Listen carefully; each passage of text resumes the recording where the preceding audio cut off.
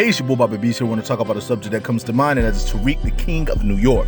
When it comes down to it, this is the thing that you need to understand about Ghost when he was on top in Power Book 1. Basically, he was the King of New York. He was the #1 guy. He was in a building full of doctors and lawyers and judges, and they all hated him for it. At the end of the day, that's the type of power Tariq is trying to send to. In his conversation with Tasha, he said, I want that kind of power where I'm untouchable to the point where I can be unstoppable. He says, Noma has that kind of power. Tasha says, well, your father, that's how he ended up dying, because he chased that power until the very end.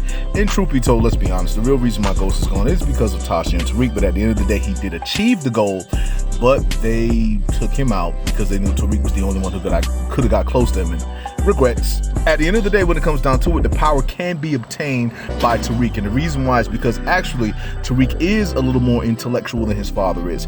And though he's learning harder, I know y'all gonna come for me, but how is he more intellectual? He's learning. Ghost even said Tariq is smarter than he is.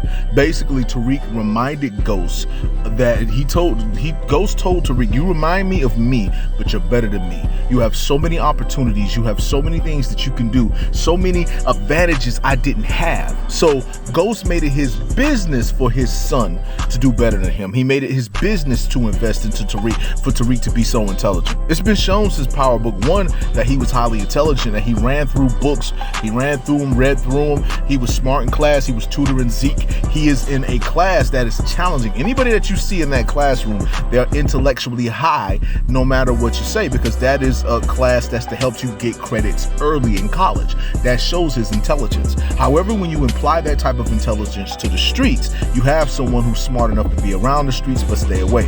Which, if you look at Tariq's journey since Book 1 all the way to Book 2, he's been on the streets, but he's always had a distance, with the Tejadas being the one dominantly dealing with the streets and the hood. And so when it comes down to it, he is going to have to build his comfort in the hood, because he needs an army now. So when it comes down to it, the fight he has right now is the fight in New York. He is not only battling the Tejadas, he's not only battling Effie, he's battling Noma, the international drug kingpin. And so for him to go head to head with that type of power, he has to be on a level of power to be able to compete with that. So if anything, when it comes down to it, Tariq, this is something that will set Tariq to be the King of New York. This is something that will set him up to be at the top, with Braden right with him, his right-hand man, his brother, his partner, along with whoever else decides to side with him and Braden, being their crew. At the end of the day, when it comes down to it, sometimes it takes the people that are the closest to you, who build with you, to betray you in order for you to figure out who you really are. And that's the case in point being made with Tariq.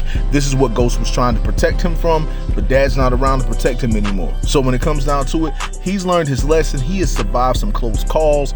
Now he's going to have to do something to establish himself as the King of New York. But that's my question to you guys for the day. Can you see Tariq as the King of New York? Can you see him in that position? For me, it's at first with season 1, season 2, I saw him as a leader or someone on the rise, but with some opponents like Mecca and an opponent like Noma, and then the Tejadas ascending alongside Tariq, because every time Tariq got better and bigger, the Tejadas got better and bigger, even though they were already established.